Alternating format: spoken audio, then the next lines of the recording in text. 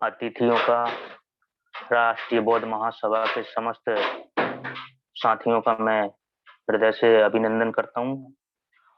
आज की इस संविधान वाचन मीटिंग में आज हम संविधान की जानकारी जानेंगे, आर्टिकल 85, 86 के बारे में।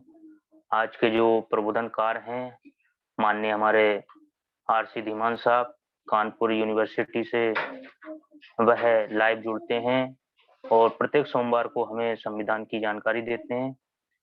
और आज की जो मीटिंग की अध्यक्षता कर रहे हैं राष्ट्रीय कार्यकारिणी सदस्य माननीय के बोस साहब, जो बोध गया से जुड़े हुए हैं। मैं उनका आज की अध्यक्षता के लिए उनसे अनुमति चाहता हूं कि वह आए और आज की अध्यक्षता की मीटिंग की अनुमति प्रदान करने की कृपा करें। माननीय के बोस साहब, कृपया कार्यक्रम प्रारंभ करें। जी, बहुत बहुत साधुवाद साहब।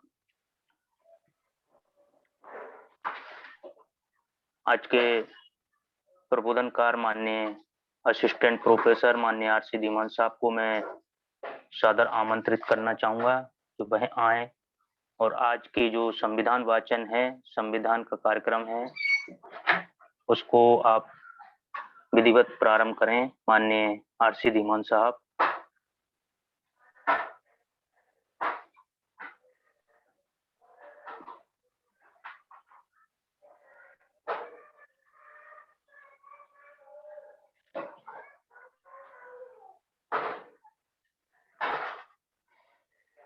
आपका माइक ओपन कर लीजिए साहब।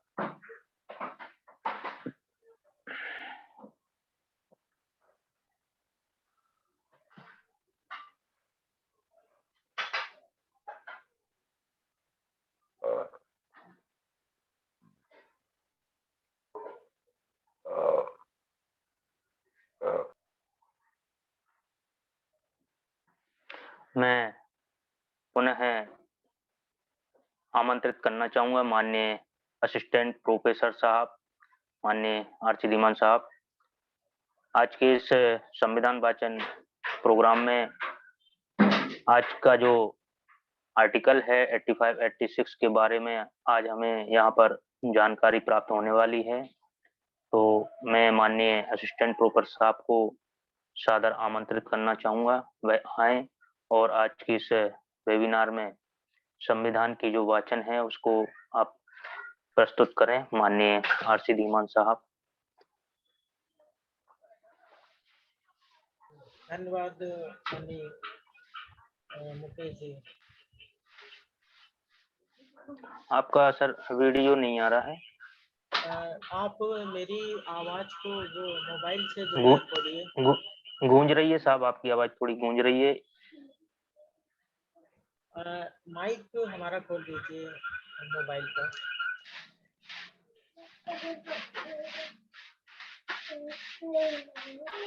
जी, अब ठीक है। मैं स्क्रीन शेयर करता हूँ।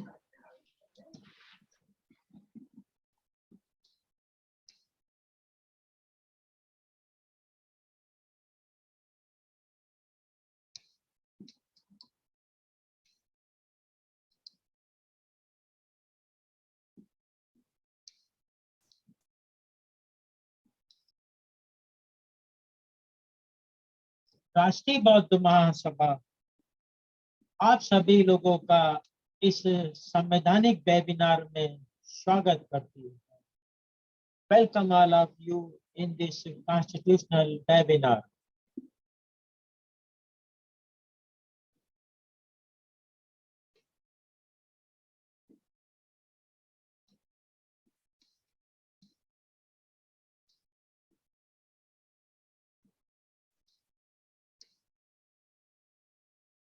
साथियों, यह मेरा डिक्लेरेशन है और प्रत्येक बुधवार को मैं यह डिक्लेरेशन डिक्लेयर करता हूँ। इससे देश के समस्त नागरिक परिचित हैं। मुख्य बात यह है कि मैं संवैधानिक प्रावधानों को में आस्था रखता हूँ। संविधान के अनुसार जो है विधिक ज्ञान को प्रदान करने के लिए बिना किसी अ, प्रकार के आर्थिक या किसी प्रकार के प्रत्यक्ष या अप्रत्यक्ष लाभ के बगैर मैं निःशुल्क यह ज्ञान जो है भारत के आम नागरिकों को प्रदान करने का प्रयास कर रहा हूँ। सर्वप्रथम राष्ट्रीय बौद्ध महासभा के संस्थापक माननीय धर्म प्रकाश भारती जी, पूर्व एमएलसी, विधान परिषद उत्तर प्रदेश सरकार, एवं राष्ट्रीय बौद्ध महासभा के कार्यवाहक अध्यक्ष माननीय बादल सिंह बौद्ध जी,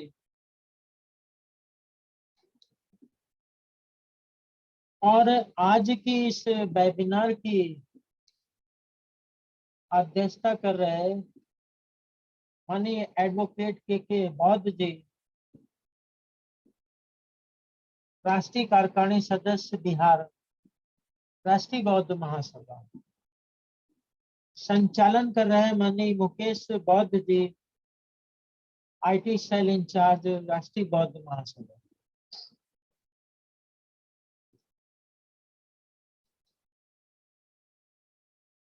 और मैं आप सभी लोगों को एक सूचना जो है इस वेबिनार के माध्यम से प्रदान करना चाहता हूं कि माननीय संस्थापक राष्ट्रीय बौद्ध महासभा माननीय धर्म प्रकाश भारती जी के निर्देश पर मैंने जो है संविधान के वाचन के लिए एक अन्य पैनल को बनाने का प्रयास किया है।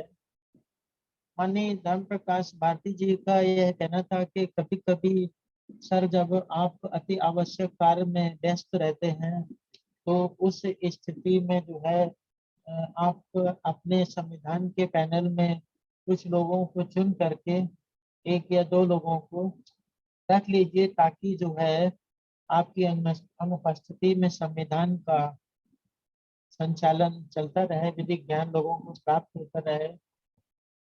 तो इस संबंध में मैंने कई विद्वान लोगों से बात करी है और इस संबंध में सोमवार को 8 बजे से 9 बजे के बीच संविधान में जब कभी विलंब होता है या कोई अति आवश्यक कार्य में मैं व्यस्त हो जाता हूँ, ऐसी स्थिति में संविधान के पाठ के लिए डॉक्टर शालिनी वर्मा जो कि प्रिंसिपल हैं, उनसे बात हुई है और उनके संबंध में मैं आप सभी लोगों को अवगत कराता हूँ कि शालिनी वर्मा जो संविधान का भविष्य में पाठ करेंगी, जब भी कभी मैं अनुपस्थित रहूंगा तो उनसे मैं अवगत करा देता हूँ आप सभी लोगों को।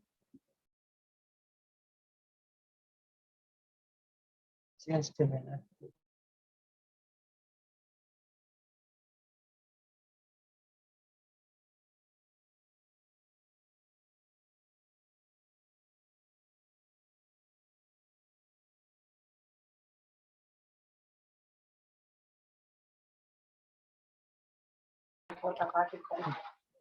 साहब आपका माइक शायद बंद हो गया है।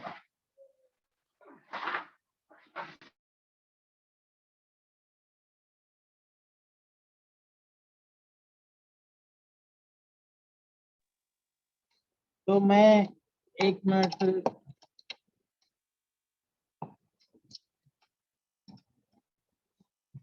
मैं बता रहा था आप लोगों को कि अगर ऐसी परिस्थितियां उत्पन्न होती हैं तो ऐसी स्थिति में संविधान का जो कार्यक्रम चल रहा है उसमें किसी भी प्रकार का व्यवधान नहीं आएगा और यह चलता रहेगा। तो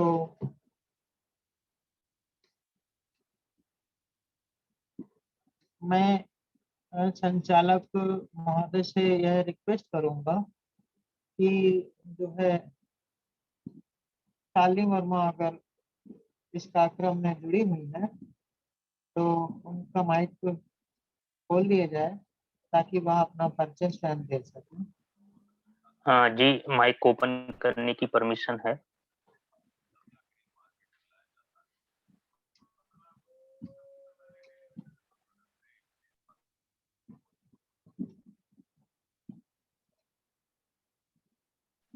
माइक ओपन कर सकते हैं। हाँ, देख रहा हूँ।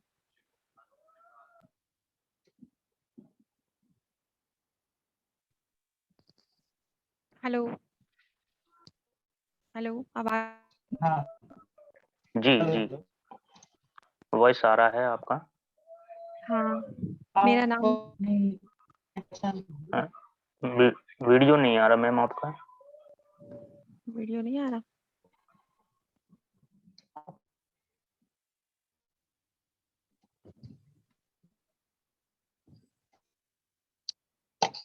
ओके, ठीक।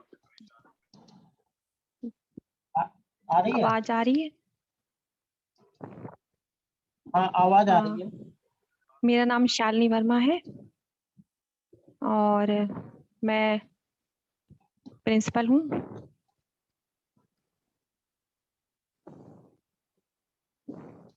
जैसा कि धीमान जी ने बताया है कि जब ये अनुपस्थित रहेंगे किसी कारणवश, तो मैं संविधान का वाचन करने के लिए रेडी हूँ। और सभा में जितने भी उपस्थित लोग हैं उन सबका धन्यवाद। जी, बहुत बहुत साधुवाद।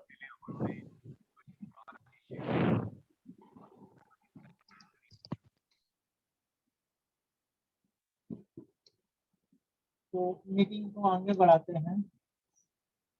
मैं स्क्रीन शेयर करता हूँ।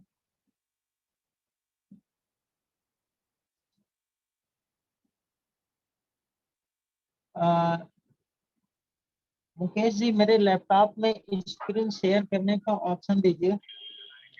जी सर, ऑप्शन ओपन कर दिया गया है।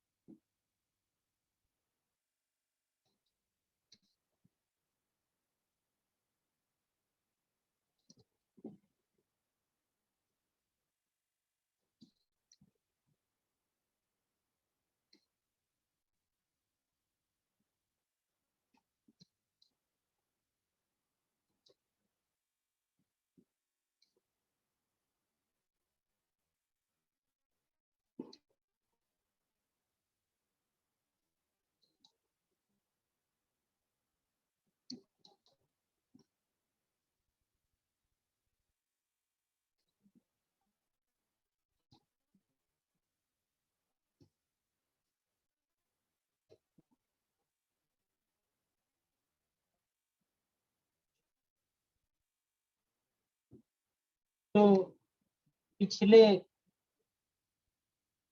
वेबिनार में हम लोगों ने राष्ट्रपति के संबंध में जानकारी प्राप्त की थी, संसद के संबंध में जानकारी प्राप्त की थी।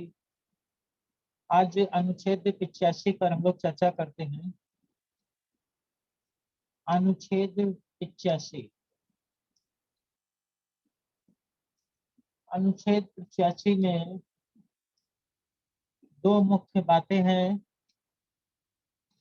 नंबर एक, राष्ट्रपति। स्क्रीन शायद शेयर नहीं हो रही है क्या?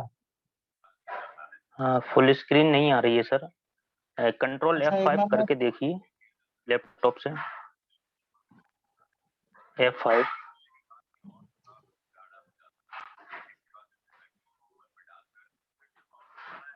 एक बार फिर से शेयर कर देता हूँ।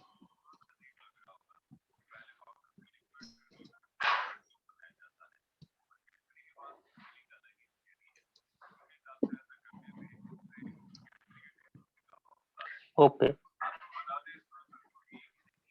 हाँ, राष्ट्रपति समय समय पर संसद के प्रत्येक सदन को ऐसे समय और स्थान पर जो वह ठीक समझे अधिवेशन के लिए आहूत करेंगे। किंतु उसके एक सत्र की अंतिम बैठक और आगामी सत्र की प्रथम बैठक के लिए नियत तारीख के बीच 6 माह से अधिक का अंतर नहीं होना चाहिए। कहने का मतलब है कि जैसा कि हम लोग जानते हैं कि भारत के संविधान के द्वारा कार्यपालिका, न्यायपालिका और विधायिका 3 अंगों के माध्यम से देश को चलाने के लिए महत्वपूर्ण शक्तियां और कर्तव्य निर्धारित किए गए हैं। तो बाबा साहब डॉक्टर भीमराव अंबेडकर ने भारत के संविधान के संबंध में जो परिभाषा दी है कि व्हाट इज ए कॉन्स्टिट्यूशन,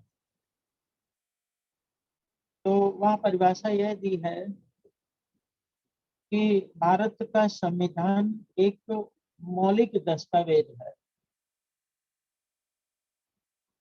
और यह राज्य के तीनों अंगों कार्यपालिका, न्यायपालिका और विधायिका की स्थिति और उनकी शक्तियों को स्पष्ट करता है। यह न केवल उनकी स्थिति और शक्तियों को स्पष्ट करता है, बल्कि उन्हें परिसीमित करते हुए निरंकुश और तानाशाह होने से रोकता है। अब जब बाबा साहब की परिभाषा की पहली लाइन को हम देखते हैं तो बाबा साहब कहते हैं कि संविधान जो भारत का है यह एक मौलिक दस्तावेज है। अब कुछ लोग कहते हैं कि फंडामेंटल राइट जो मूल अधिकार है वह अमेरिका से लिए गए हैं और संविधान के संबंध में यह कहते हैं कि ये उधार लिए हुए संविधान के अनुच्छेद हैं। तो उसके जवाब में बाबा साहब ने परिभाषा में कहा हुआ है कि यह एक मौलिक दस्तावेज है और यह भारत की पार्लियामेंट के द्वारा संविधान सभा के अंतर्गत पार्लियामेंट में हमारे देश के द्वारा जो है बनाया गया और पारित किया गया है, अधिनियमित किया गया है और अंगीकृत किया गया है। एक मुख्य बात यह है कि जो फंडामेंटल राइट्स है, अगर फंडामेंटल राइट्स पूरी तरीके से विदेशों से लिया गया है, अमेरिका से लिया गया है, तो क्या अमेरिका में छुआछूत है, अनटचेबिलिटी है? क्योंकि भारत के संविधान के अंदर जो अनुच्छेद 17 है वह भारत की सामाजिक स्थिति को दृष्टिगत रखते हुए निर्मित किया गया है।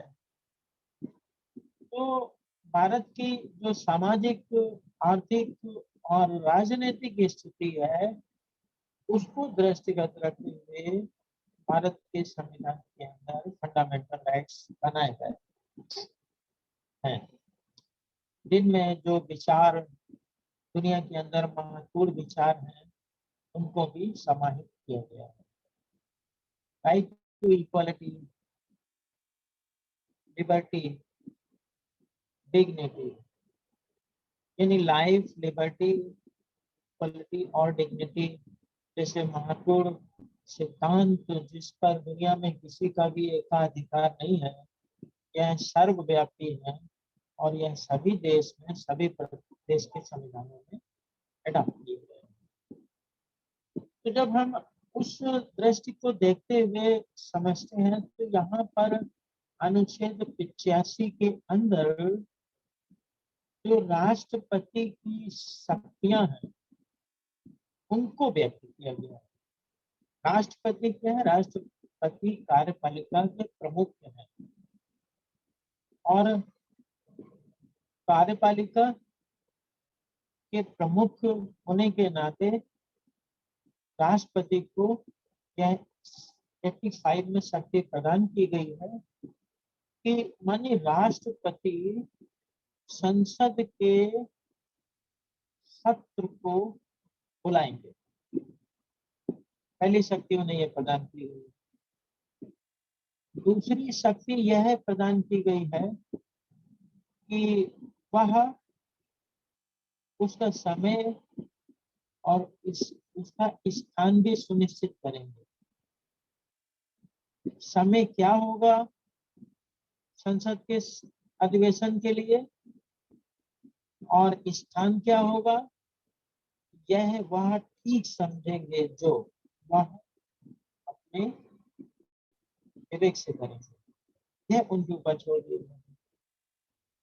परंतु एक कंडीशन ये है कि प्रथम सत्र जो बुलाया जाएगा संसद का और जो अंतिम सत्र बुलाया जाएगा, दोनों सत्रों के बीच में 6 महीने से अधिक का डिफरेंस नहीं होना चाहिए। यानी कि कम से कम साल में 2 सत्र तो होने ही चाहिए। तो यह शक्ति जो है राष्ट्रपति को प्रदान की गई। और यहाँ पर जो समझने वाली बात है कि राष्ट्रपति समय समय पर संसद के प्रत्येक सदन को ऐसे समय और स्थान पर जो वह ठीक समझे अधिवेशन के लिए आहूत करेंगे। समय समय पर शब्द का अर्थ जब हम निकालते हैं तो हम देखते हैं कि इसमें जो भी वर्ष के अंदर राष्ट्रपति को संसद का सदन बुलाने की आवश्यकता महसूस होती है, उस समय वह संसद का सदन बुलाने की शक्ति रखते हैं। और कम से कम जो है संसद का सत्र साल में 2 बार तो होना चाहिए और उसमें 6 महीने से अधिक का गैप नहीं होना चाहिए। ऐसा कंडीशन क्यों रखी गई? ऐसी कंडीशन इसलिए रखी गई कि अगर यह कह दिया जाए कि साल में 2 बार तो कम से कम सकता नहीं है, तो फिर वो दिसंबर में, नवंबर दिसंबर में 2 बार बुलाया जा सकता है, अक्टूबर और दिसंबर में बुलाया जा सकता है 2 बार। तो इसलिए जो गैप रखा गया है कम से कम 6 महीने का होना चाहिए। अब यहाँ पर जो है राष्ट्रपति को जो शक्ति प्रदान की गई है, समय समय पर संसद के प्रत्येक सदन को ऐसे स्थान और समय पर वह बुलाएंगे जो वह उचित समझे, ठीक समझे। तो यहाँ पर जो है एक बहुत ही गहराई से समझने की बात जब हम कहें तो यहाँ पर जब हम देखते हैं लोकतंत्र के अंदर एक government by the people, of the people and for the people, लोकतंत्र की यह सुंदर परिभाषा अब्राहम लिंकन, वो कहते हैं जनता के द्वारा जनता के लिए जनता से चुनी हुई सरकार लोकतांत्रिक सरकार होती है। जनता जो चुनाव करती है वह अपने विवेक से अपना जनप्रतिनिधि चुनती है और वह रिप्रेजेंटेटिव पार्लियामेंट में बैठ करके उसके लिए कानून बनाते हैं। तो जनता का जो विवेक है वह अपने विवेक से वोट देती है। कुछ लोग तो राशन कार्ड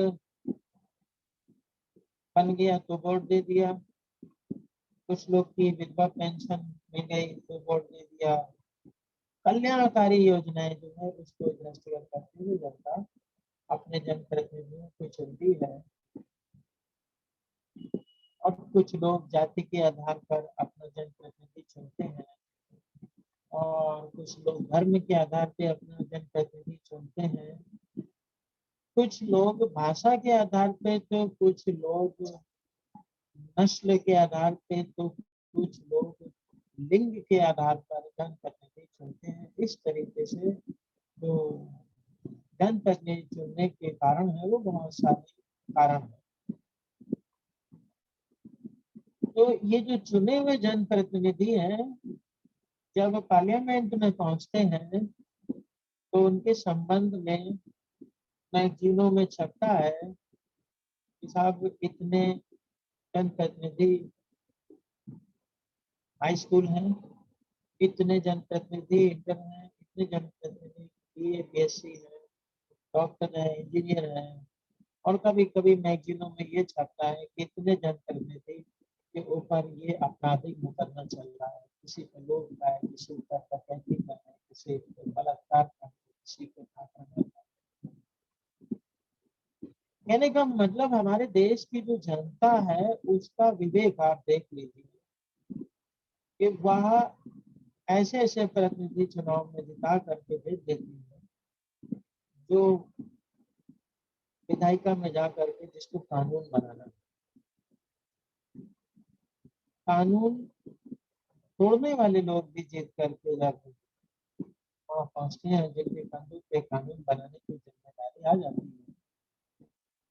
तो ऐसी स्थिति में पार्लियामेंट के अंदर जो कानून को नहीं जानते हैं वो कानून बनाएंगे। ऐसी जो है लोकतंत्र के अंदर ऐसे करने की तो समस्या ये पैदा होती है कि ऐसे प्रतिनिधि जब विधायिका में पहुंचते हैं और कानून नहीं बना सकते हैं, तकनीकी कारणों से, ज्ञान के अभाव में, व्यस्तता के कारण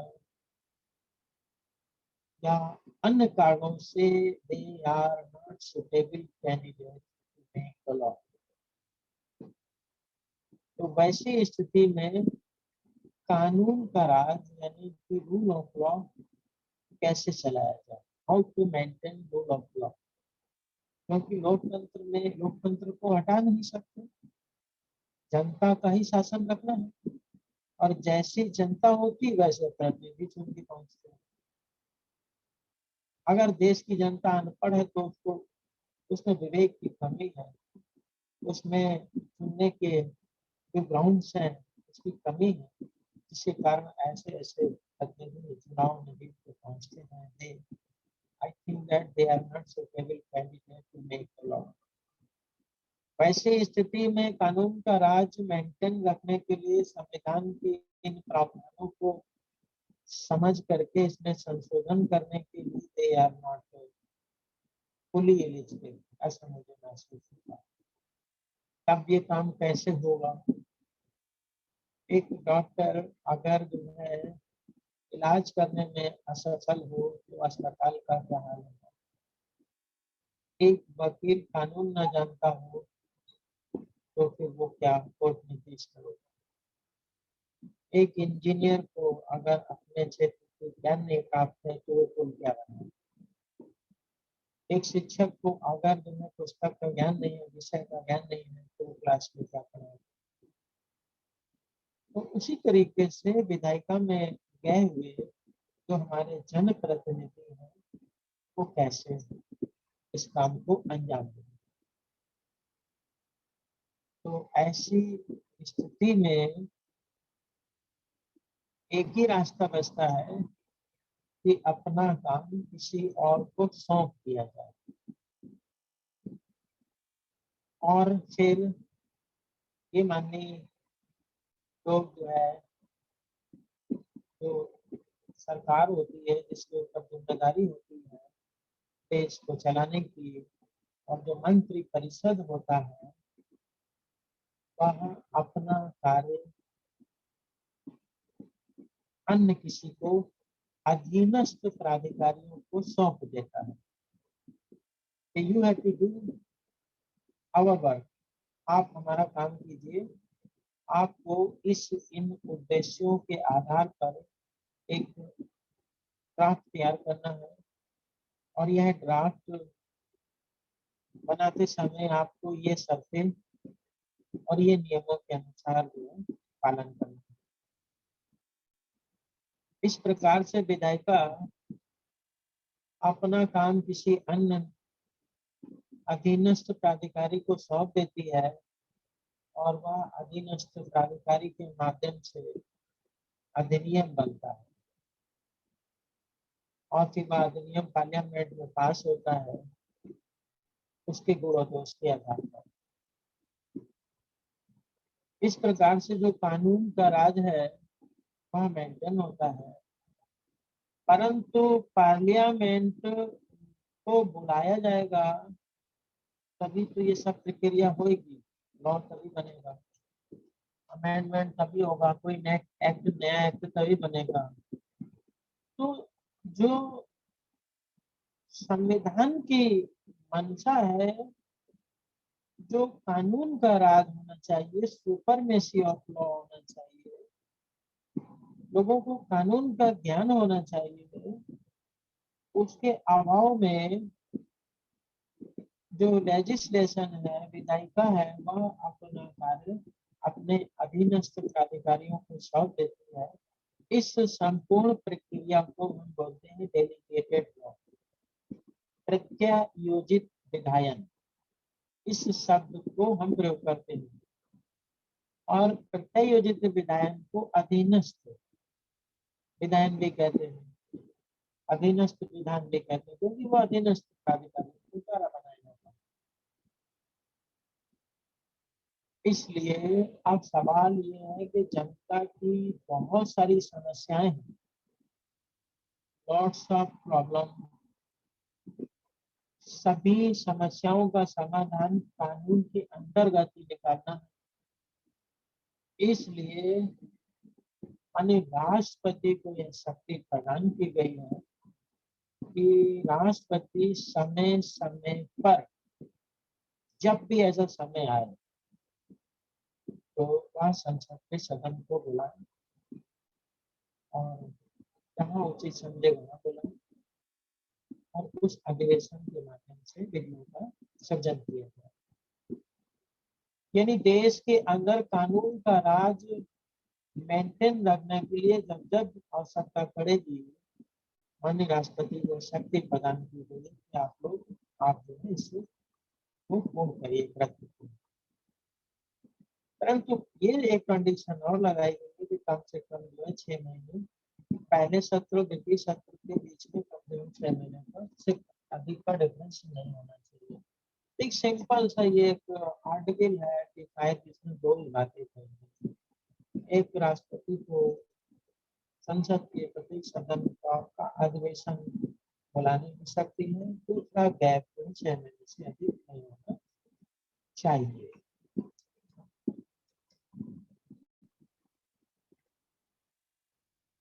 अब राष्ट्रपति को 85(2) के अंतर्गत 2 प्रकार की शक्तियां प्रदान की गई हैं, और राष्ट्रपति समय समय पर नंबर 1 सदनों का या किसी सदन का सत्रावसान कर सकेंगे। जहां माननीय राष्ट्रपति को सदन का सत्र का अधिवेशन बुलाने की शक्ति प्रदान की गई है, वही अनुच्छेद 2(a) के अंतर्गत जो सदन है उसके समापन की भी शक्ति, सत्रावसान की भी शक्ति प्रदान की गई। दूसरी और बहुत महत्वपूर्ण शक्ति प्रदान की गई माननीय राष्ट्रपति को। राष्ट्रपति लोकसभा का विघटन कर सकते हैं। यानी कि यदि राष्ट्रपति को माननीय राष्ट्रपति को यह ज्ञान प्राप्त होता है, विभिन्न माध्यमों से युक्त ज्ञान प्राप्त होता है कि लोकसभा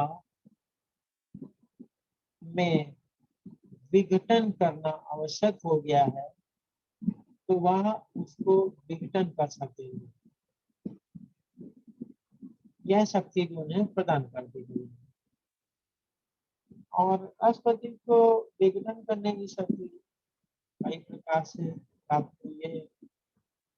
यदि लोकसभा में पूर्ण बहुमत की सरकार करना संभव नहीं रहा है, तो यह विधि का शासन नहीं हो पा रहा है या कोई अन्य कारण है, तो वह जो है लोकसभा का विघटन कर सकेंगे। इस प्रकार से जब हम आर्टिकल 85 को देखते हैं, तो आर्टिकल 85 के अंदर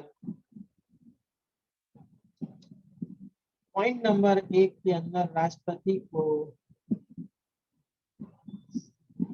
अधिवेशन बुलाने की शक्ति प्राप्त है और वह अधिवेशन में 6 महीने से अधिक का गैप नहीं होना चाहिए। 85(2) के अंतर्गत उन्हें सत्रावसान की शक्ति प्राप्त है। वह सदनों का सत्रावसान समय समय पर कर सकेंगे। और 35(2)D के अंतर्गत एक विशेष शक्ति प्राप्त है, वह है लोकसभा का विघटन कर सकते हैं।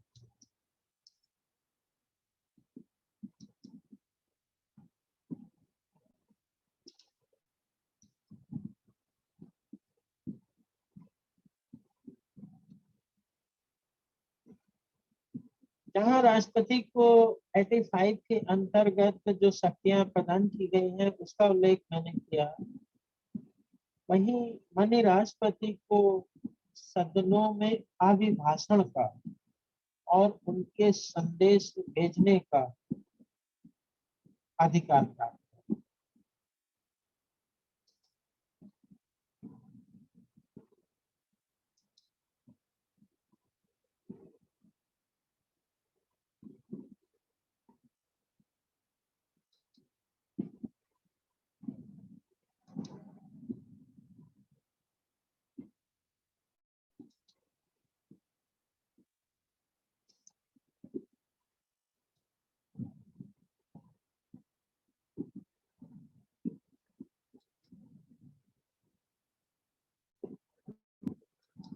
तो राष्ट्रपति को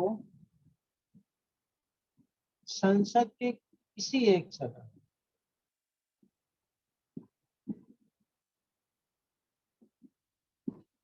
में या एक साथ दोनों सदनों में अभिभाषण की शक्ति प्रदान की गई है।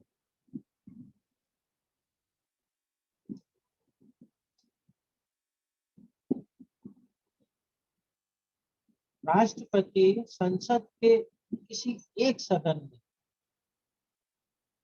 या दोनों सदनों में अपना अभिभाषण कर सकेंगे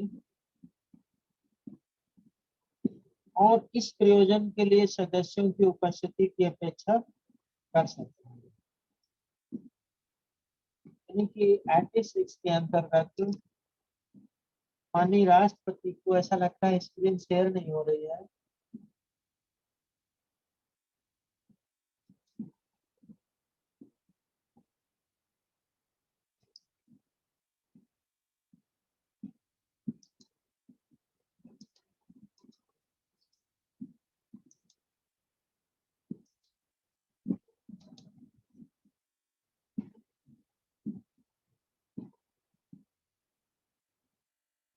राष्ट्रपति संसद की किसी एक सदन में, चाहे वह लोकसभा हो चाहे वह राज्यसभा हो, या दोनों ही सदनों में अपना अभिभाषण कर सकेंगे और उनके अभिभाषण के दौरान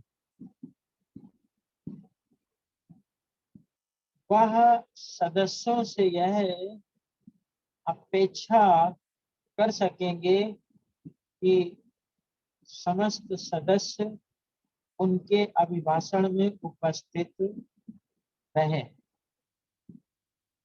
ये बड़ी महत्वपूर्ण बात है, क्योंकि अगर सिर्फ इतनी ही शक्ति प्रदान की जाती कि राष्ट्रपति किसी एक सदन में या एक साथ दोनों सदनों में अभिभाषण कर सके, सिर्फ इतना ही अगर होता तो क्या परिस्थितियां उत्पन्न होती कि फिर तो मेंबर ऑफ पार्लियामेंट्स उस अभिभाषण में उपस्थित हो या न उपस्थित हो, एक ये समस्या भी खड़ी हो सकती है।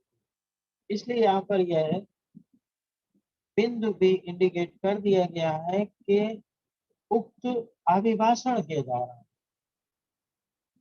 राष्ट्रपति यह सदस्यों से अपेक्षा कर सकेंगे कि वह इसमें उपस्थित रहे। कहने का मतलब, मान लीजिए कि राष्ट्रपति लोकसभा के सत्र में अभिभाषण दे रहे हैं, तो लोकसभा में फिर लोकसभा के मेंबर ऑफ पार्लियामेंट्स के लिए यह जो है बाध्यकारी होगा कि वह राष्ट्रपति की उस अभिभाषण में पार्टिसिपेट करें। दूसरी तरफ अगर माननीय राष्ट्रपति राज्यसभा में अभिभाषण कर रहे हैं, तो राज्यसभा के जो सदस्य हैं उनके लिए यह बाध्यकारी होगा कि वह इस में उपस्थित हो। और यदि राष्ट्रपति लोकसभा और राज्यसभा का संयुक्त अधिवेशन में अभिभाषण कर रहे हैं, तो फिर दोनों ही सदनों के सदस्यों के लिए यह अपेक्षा की जाती है कि वह उस अभिभाषण के दौरान उपस्थित रहे। बाध्यकारी शब्द मैं इसलिए कह रहा हूँ क्योंकि कॉन्स्टिट्यूशनल प्रोविजन है और संविधान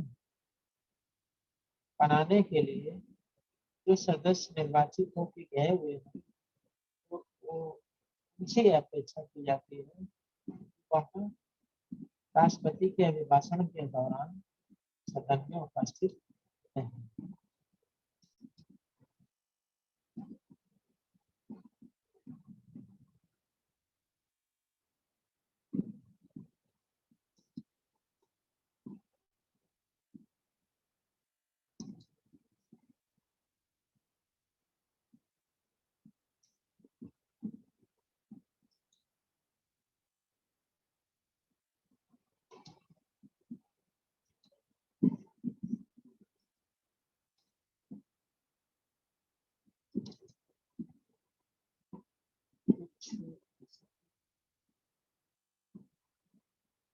इसका दूसरा पॉइंट है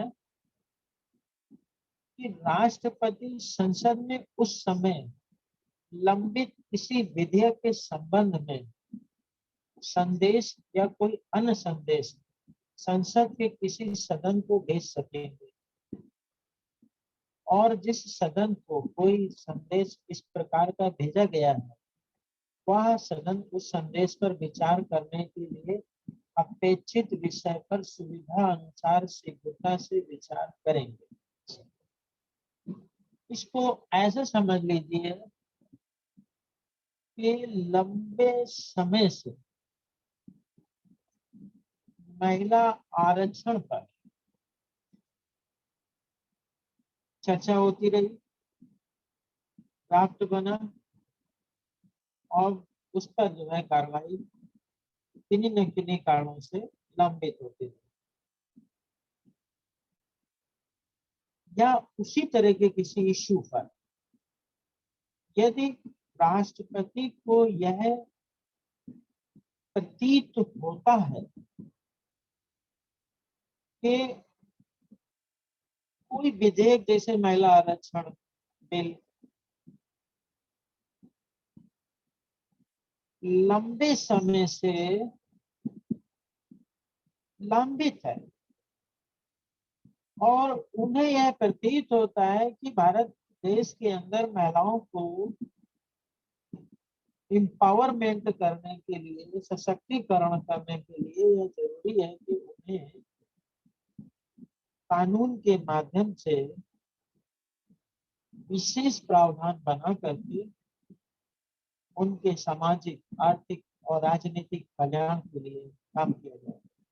तो वह ऐसे या इस प्रकृति के या किसी अन्य प्रकृति के विधेयक के संबंध में पार्लियामेंट को, यानी कि जो संसद है, उसको संदेश दे सकेंगे शब्द इस्तेमाल हुआ। इट मीन्स कि राष्ट्रपति को यह शक्ति प्राप्त है, वह किसी विधेयक के लंबित होने की दशा में वह स्वयं उस विधेयक के संबंध में सदन को संदेश दे सकेंगे।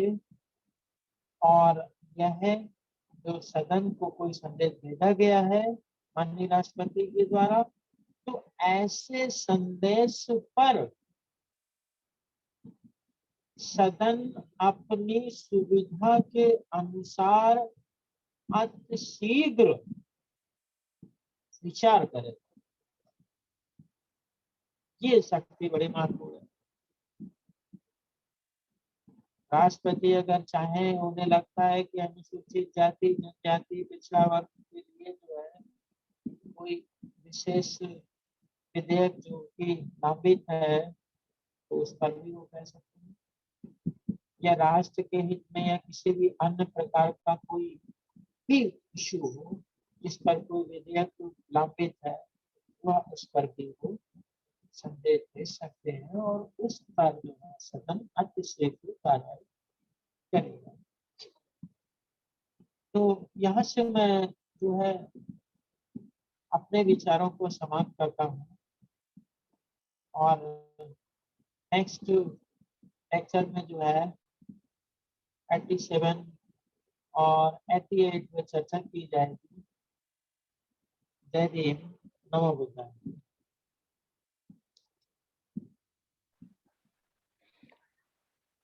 जय भीम, नमो बुद्धाय। बहुत बहुत साधुवाद साहब।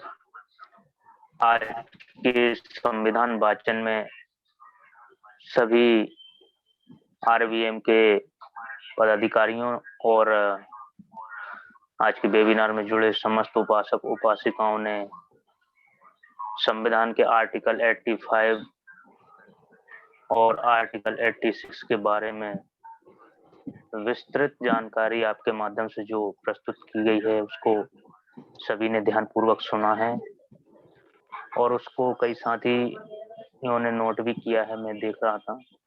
तो काफी हमको सारगर्भित जानकारी प्राप्त हुई है। तो आज की इस वेबिनार की अध्यक्षता कर रहे हैं माननीय हमारे राष्ट्रीय कार्यकारिणी सदस्य एडवोकेट के बौद्ध साहब। मैं आज के अध्यक्ष उद्बोधन के लिए मैं उनको सादर आमंत्रित करना चाहता हूं कि वह आज के इस संविधान वाचन में अपनी अध्यक्षीय उद्बोधन रखें। माननीय एडवोकेट के बौद्ध साहब। आवाज आ रही है ना? जी साहब। आ रही है।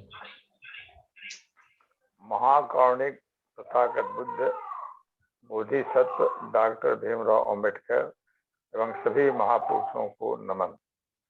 परम आदरणीय संस्थापक अध्यक्ष मान्यवर धम्मप्रकाश बौद्ध जी एवं कार्यकारी अध्यक्ष मान्यवर बादल बौद्ध जी एवं सभी बहनों एवं भाइयों को नमो बुद्धाय, जय भीम। ये श्रृंखला संविधान की चर्चा जो शुरू हुई है, वो बहुत ही सोच समझ करके लोगों को संवैधानिक जानकारी देने के लिए किया गया है और ये बेसिक चीज है। आदमी जब तक सबसे बड़ा, जब हम लोग सुनते हैं, बौद्ध धर्म में भी सुनते हैं और जगह सुनते रहते हैं कि संसार में जितने भी समस्या है उसका एक कारण है अज्ञानता। तो अज्ञानता कई हर फील्ड में, जीवन के हर क्षेत्र में हमें ज्ञान की जरूरत है। भारत का विडंबना है कि हम मान लिया गया है कि कानून जानते हैं, कानून का कोई क्लास नहीं, कोई सेमिनार नहीं, कोई प्रोग्राम नहीं, लेकिन प्रज्यूम कर गया, सरकार प्रज्यूम कर लिया, कानून बना के प्रज्यूम कर लिया क्या कि इंडिया के सभी लोगों को सब कानून मालूम है। अगर कोई डिफेंस देता है कि हमें नहीं मालूम कि हत्या करने के बाद फांसी सजा होती है या जीवन का होता है, नहीं, ऐसा नहीं माना जाएगा। ये माना गया है कि आपको मालूम है, ये समस्या है। तो ये ऐसे बिना क्लास दिए हुए, बिना बताए हुए मान लिया गया है। लेकिन इसीलिए ये जो अभी जो वाचन हो रहा है सोमवार के सोमवार, इसका महत्व बहुत बढ़ जाता है कि हम लोग कुछ जानकारी ले। जहां तक संविधान है, संविधान की ही चर्चा क्यों और दूसरे कानून की चर्चा क्यों नहीं हो रही है? क्योंकि संविधान जो है ना, ये आप इसको कह सकते हैं कि ये सर्वश्रेष्ठ विधान है। हर देश में, हर देश का एक संविधान होता है और उस संविधान का महत्व यही है। फर्क यह है, विधान और संविधान फर्क यही है कि उस देश में जितने भी विधान बनेंगे, जितने भी कानून बनेंगे, वो सब संविधान के नीचे होंगे। सर्वोपरि है, सर्वोत्तम है, मदर कानून इसको कह सकते हैं। तो इसी से सभी हो। और जितना भी देश, कोई भी देश में, या भारत में ले लीजिए खास करके, या कहीं हर देश में लागू होता है कि कोई भी कानून अगर संविधान के खिलाफ बनता है तो बनते, पहली बात तो बनता ही नहीं है। अगर कोई जबरन बना भी दिया तो कोर्ट का अधिकार है उसको नल एंड वाइड घोषित कर दे। ये सब प्रोविजन बनाया हुआ है संविधान में। और बता दें आपको, ये चेक एंड बैलेंस, संविधान बनाने का मकसद हुआ कि चेक एंड बैलेंस। जैसे हम लोग जान रहे हैं, सुनते रहते हैं कि संविधान में 3 ऑर्गन्स दिए गए हैं, 3 विंग्स है। क्या? Legislature, executive and judiciary. ये तीनों आपाधापी ना करे, इसलिए स्पेसिफिक लिखा हुआ है। सबका अधिकार भी दिया हुआ है, कर्तव्य भी दिया हुआ है, और उसके बावजूद बैलेंस बनाए रखने के लिए संविधान लिखित है। कुछ देश ऐसे हैं, जैसे इंग्लैंड है, वहां संविधान है ही नहीं, वो ट्रेडिशन पर ही चलता है, मैच्योरिटी उनके पास में है। खैर, तो कहने में तो यह है। और ये गवर्नमेंट भी 2 तरह का होता है। एक सेंट्रल, एक लिस्ट बना हुआ है कि कॉन्स्टिट्यूशन में ही लिस्ट बना दिया गया कि कुछ ऐसे क्षेत्र है जहां केवल केंद्र ही कानून बना सकते, और कुछ ऐसे क्षेत्र है जहां केवल स्टेट ही बना सकते हैं। स्टेट में केंद्र इंटरफेयर नहीं कर सकते जब तक कि उसको कुछ ग्राउंड नहीं दिखाना अगर नहीं है कोई ग्राउंड तो नहीं कर सकता है। और स्टेट लिस्ट में जो है, सेंट्रल लिस्ट में स्टेट कोई कानून नहीं बना सकता। ये डिवीजन ऑफ पावर और रेगुलर शासन के लिए, तो ये सब चीजें हैं। एक है जो कंकरेंट लिस्ट कहता है, सेंट्रल लिस्ट अलग है, स्टेट लिस्ट अलग है। एक कंकरेंट है, कंकरेंट में है कि स्टेट भी बना सकते हैं और मतलब स्टेट और सेंटर भी बना सकते हैं। ये मतलब ऐसे करके दिया हुआ है। और वैसे धीमान साहब तो बहुत डिटेल में, बहुत बारीकी से बताते हैं कि जो कुछ भी नहीं जानते हैं संविधान के बारे में, उनको भी समझ में आ जाएगा धीरे धीरे, टाइम तो लगेगा। तो ये सब चीजें हैं। तो अब अभी संक्षेप में बता रहे हैं आपको कि संविधान का मतलब, जैसे जैसे हम बोलते हैं संविधान, तो यही समझना चाहिए कि देश का सर्वोत्तम कानून दिमाग में आना चाहिए। संविधान मतलब क्या? अब कहेगा भाई अब सब तो कानून है, तो कानून सब है, लेकिन संविधान मतलब सर्वश्रेष्ठ विधान, ये संविधान दिमाग में। इसमें राष्ट्रपति जिनके अधिकार के बारे में हम लोग पढ़ रहे हैं, उनको भी संविधान में अधिकार दिया गया, वो मनमानी नहीं कर सकते, यही तो है। उनके ऊपर भी कानून है, उतने नहीं, केवल अधिकारी नहीं, कर्तव्य भी दिया गया है। उतने नहीं, अगर राष्ट्रपति भी अगर संविधान के विरुद्ध जाते हैं तो उनके खिलाफ भी महाभियोग, इम्पीचमेंट कहलाता है, वो हो सकता है, ये भी प्रावधान इसमें। और उतने नहीं, सुप्रीम कोर्ट जो सब चीज का निर्णय लेता है, तो सुप्रीम कोर्ट के चीफ जस्टिस भी अगर करता है, गलत काम करता है संविधान के विरुद्ध में, तो उसके विरुद्ध भी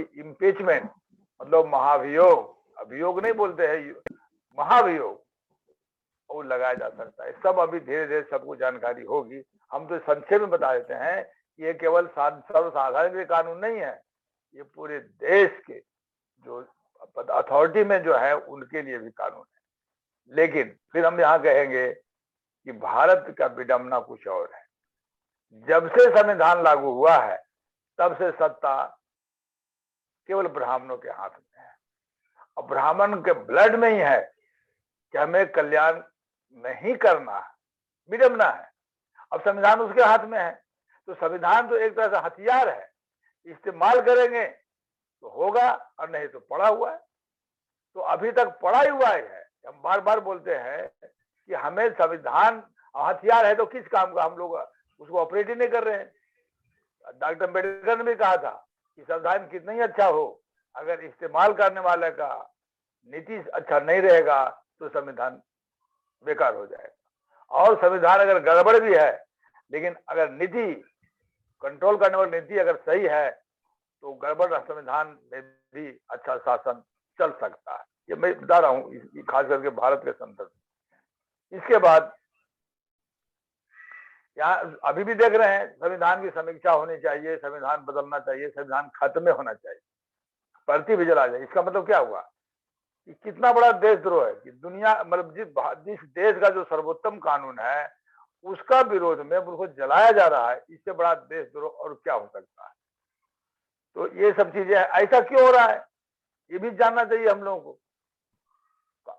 अनुच्छेद तो है, धीरे धीरे तो कानून अधिकार दिया गया है, कर्तव्य दिया गया, वो सब तो है ही, लेकिन जनरली हम लोगों को मालूम होना चाहिए, दिमाग बनाना चाहिए कि इतना क्यों ऐसा हो रहा है। इसका बहुत सिंपल कारण है कि जुडिशरी जो है ऑर्गन स्टेट का, उसमें 100% ब्राह्मण का सत्ता हो, 100%। और यही कारण है। और सेफ्टी, जजेस लोगों को सेफ्टी है कि हाई कोर्ट में अगर जज बन गया तो जैसे राष्ट्रपति के लिए, चीफ जस्टिस के लिए कानून है इम्पीचमेंट का, वही हाई कोर्ट जजेस के लिए भी होगा। और सिंस दो बीमारी है, एक तो कि हाई कोर्ट के जजेस हो गए और जहां 2 साल में प्रोबेशन पीरियड खत्म हुआ उसके बाद उनको फुल पावर मिल गया कि उनको हटा ही नहीं जा सकता है। सस्पेंड डिसमिस तो होते नहीं, महाभियोग हो सकता है। अब महाभियोग का अलग अलग कंडीशन है, उसके लिए पर्टिकुलर मेजॉरिटी चाहिए, पार्लियामेंट में चाहिए, स्टेट में चाहिए। मतलब इतना कठिन बना दिया है कि उसको हटाना वर्चुअली मुश्किल है। नतीजा हुआ कि जो जो डिसीजन जा रहे हैं वो सब मनमानी कर रहे हैं। तो मालूम है कि हमको कुछ नहीं होगा। ये बीमारी में बता रहा हूँ, रहस्य बता रहा हूँ। दूसरा, इनका जो सिलेक्शन है बहुत डिफेक्टिव है। संविधान क्यों नहीं लागू हो रहा है इसका कारण मैं बता रहा हूँ, क्यों इफेक्टिव नहीं हो रहा है। इसीलिए कि जो लागू करने वाले हैं वो लागू नहीं कर रहे हैं, उसके विरोध में कोई एक्शन नहीं हो रहा है। क्यों नहीं हो रहा है? क्योंकि फिर वही लोग है, ब्राह्मण उधर भी है और लेजिस्लेचर में ब्राह्मण है, एजुकेशन में ब्राह्मण है, जुडिशरी में ब्राह्मण है। तो एक स्पष्ट होना चाहिए दिमाग। खाली जानकारी लेने से कुछ नहीं होगा, क्यों नहीं हो रहा है ये भी जानना चाहिए हम लोग। उसका एक और देखिए विडंबना कि वो जो जुडिशरी की जो बहाली होती है उसका 100 नंबर का भी परीक्षा नहीं होता। ये देखिए 100 नंबर का भी नहीं होता है। एक क्लर्क के लिए परीक्षा होता है, बीडीओ के लिए परीक्षा होता है, आईएएस आईपीएस के लिए परीक्षा होता है, लेकिन हाई कोर्ट के जजेस के लिए परीक्षा है ही नहीं। उसको पैरवी पुत्र बोला गया है। भारत में 250-300 परिवार हैं, जिसी से अभी आजादी के टाइम से अभी तक देख लीजिए कि 250-300 परिवार में से ही चाचा, मामा, भतीजा, भगना, ये अलाय बलाय जो भी रिश्तेदार है वही लोग बन रहे हैं। इसका मतलब पैरवी पुत्र हो गए। तो पैरवी पुत्र है, अब मान लीजिए चाचा अगर सुप्रीम कोर्ट में है, भतीजा हाई कोर्ट में, तो उसके खिलाफ कौन जाएगा? ये रहस्य है, विडंबना है।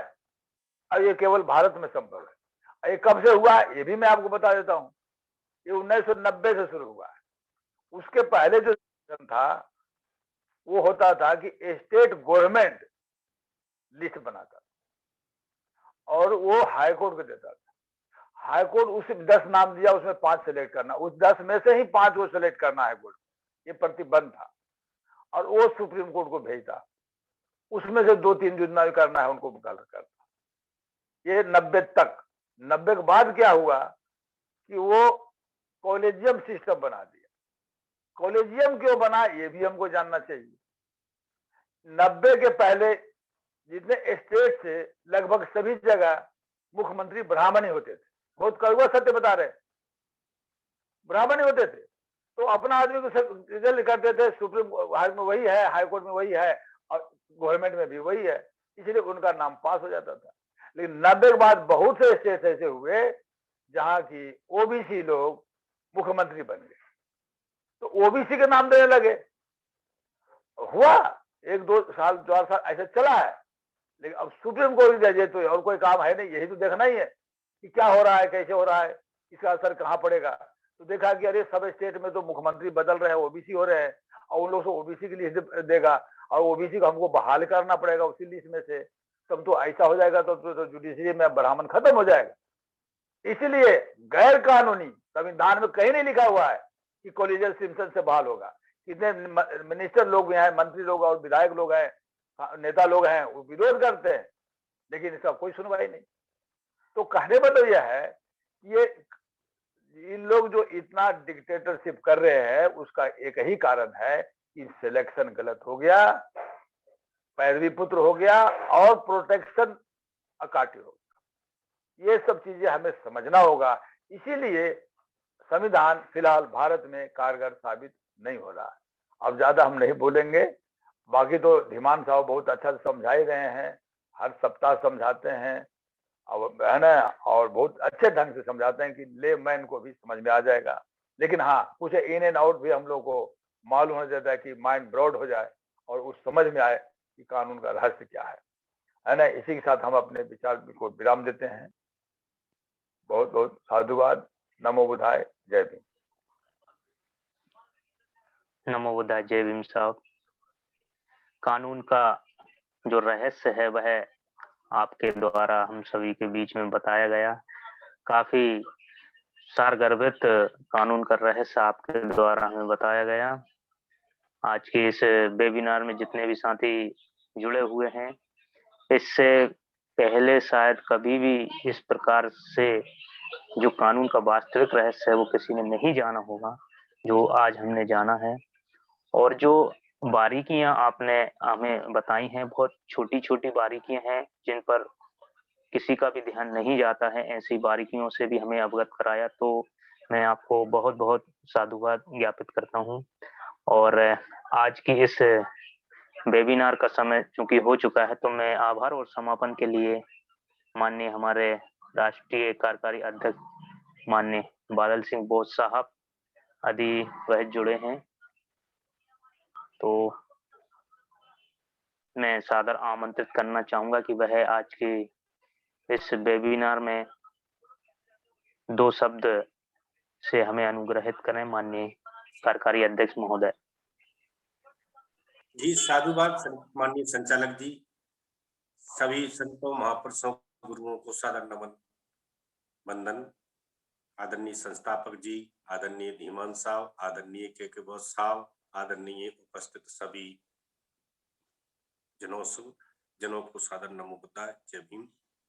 संविधान के लिए आप 7 दिन 6 दिन बेसब्री से इंतजार करते हैं और सोमवार को संविधान की बारीकियां माननीय धीमान साहब से प्राप्त करते हैं।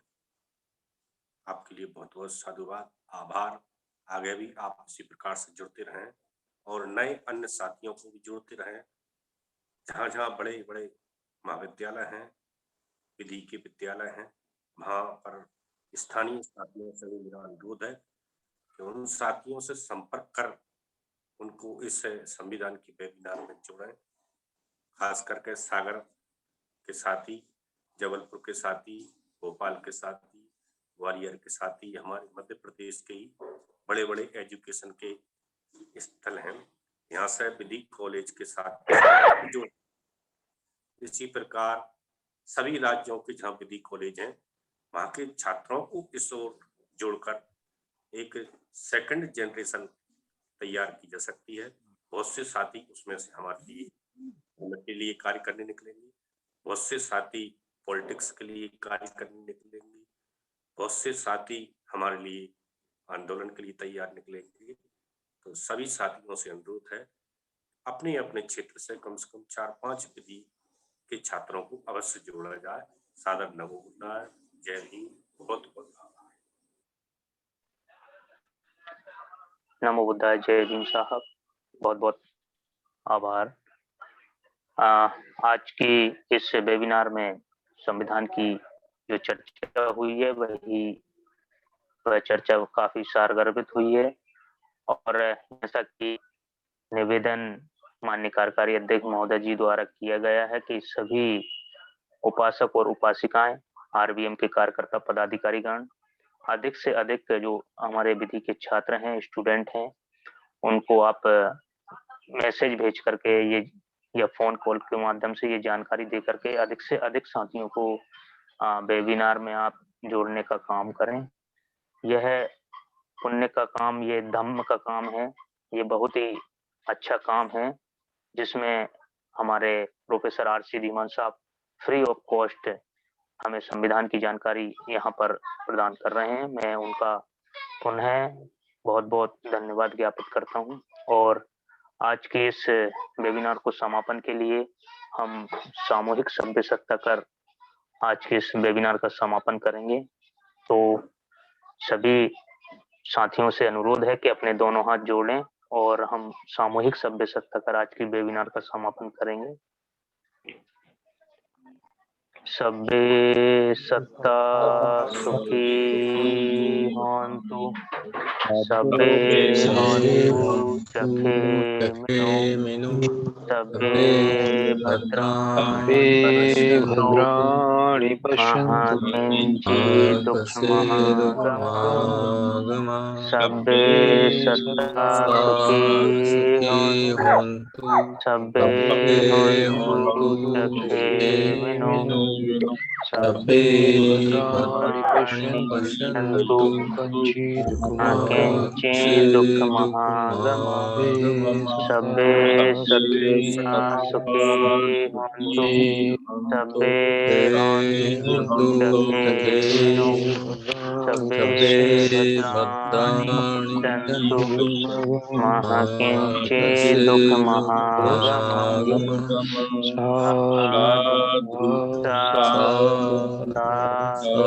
बुद्धं नमामि, धम्मं नमामि, संघं नमामि। सबका मंगल हो, सबका मंगल हो, सबका मंगल। संसार के समस्त प्राणी सुखी रहें, निरोगी रहें, सबका मंगल। आज की वेबिनार का विधिवत समापन की घोषणा की जाती है। नमो बुद्धाय। जय भीम। जय भीम। सभी को नमो बुद्धाय। जय भीम।